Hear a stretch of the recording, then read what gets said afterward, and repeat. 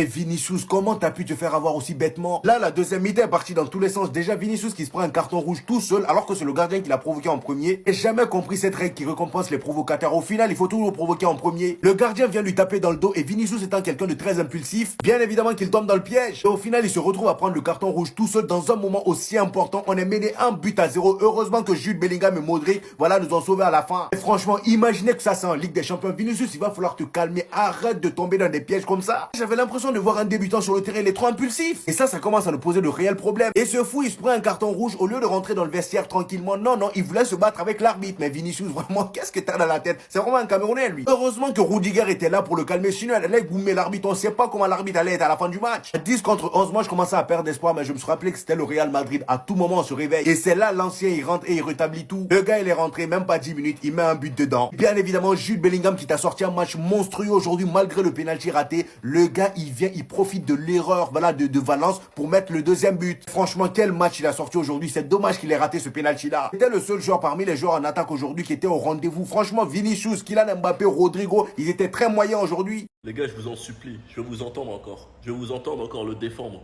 Je veux vous entendre encore dire que tout le monde abuse. Je veux vous entendre encore, les gars. Vous avez vraiment cru que son comportement n'allait pas finir par être puni?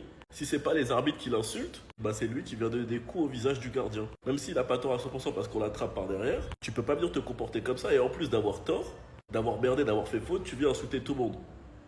Le comportement de Vinicius, les gars, moi j'arrive pas à comprendre. Et j'avais entendu qu'il était censé faire 10 fois plus pour pouvoir gagner le ballon d'or. Il peut faire 20 fois plus. S'il garde ce comportement, il va pas le gagner. Je pense que vous retenez pas les leçons. Il y a vraiment que les Madrilènes pour être bornés sur le comportement de Vinicius. J'ai limite l'impression que pour certains c'est normal. Après, par contre, sur l'application, les créateurs de contenu, ils mettent en avant le comportement de Vinicius. Mais sinon, j'ai l'impression que pour certains c'est tout à fait normal. Que Vinicius doit être intouchable. Que si Vinicius il réagit comme ça, c'est parce qu'il est détesté par tout le monde. En tout cas, ma vraie question, c'est quand il va apprendre de ses erreurs. Là, il met son équipe dans la merde pour le prochain match avec un carton rouge. Et heureusement pour lui qu'ils ont pas perdu le match ou fait match nul. Un cadeau du ciel est tombé. Après tout, Madrid méritait quand même. Mais heureusement pour lui qu'ils ont pas perdu le match. Enfin bref, sinon vous les gars, vous en pensez quoi? Si t'as pensé, on s'ennuie. C'est quand que tu vas grandir, Vinicius? C'est quand? On doit aussi parler du geste du gardien. Il est inadmissible. En aucun cas, il doit aller provoquer Vinicius. Ceux qui n'ont pas vu, il lui a mis une tape dans le dos en lui disant de se relever. Mais quoi qu'il en soit, Vinicius t'as pas à réagir comme ça.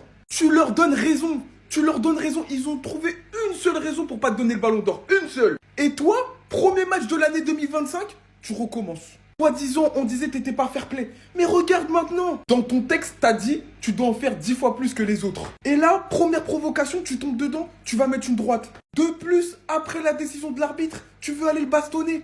Il faut que t'apprennes à gérer tes nerfs. Sinon, on ne te donnera jamais le ballon d'or. Tu sais déjà que tu pars avec des handicaps, tu le sais. Et toi, tu vas donner raison à tes détracteurs. Je sais que Valence, c'est un stade, c'est un peu compliqué pour toi. Je sais qu'ils sont très méchants avec Vinicius. Jusqu'à encore aujourd'hui, ça avait insulté là avant de rentrer dans le stade. Mais Vini, tu dois comprendre que chez les grands joueurs, ça se passe ici. Tout se passe dans la tête. Tu reçois des insultes, tu ne fais pas attention. Et là, t'es rentré dans leur jeu.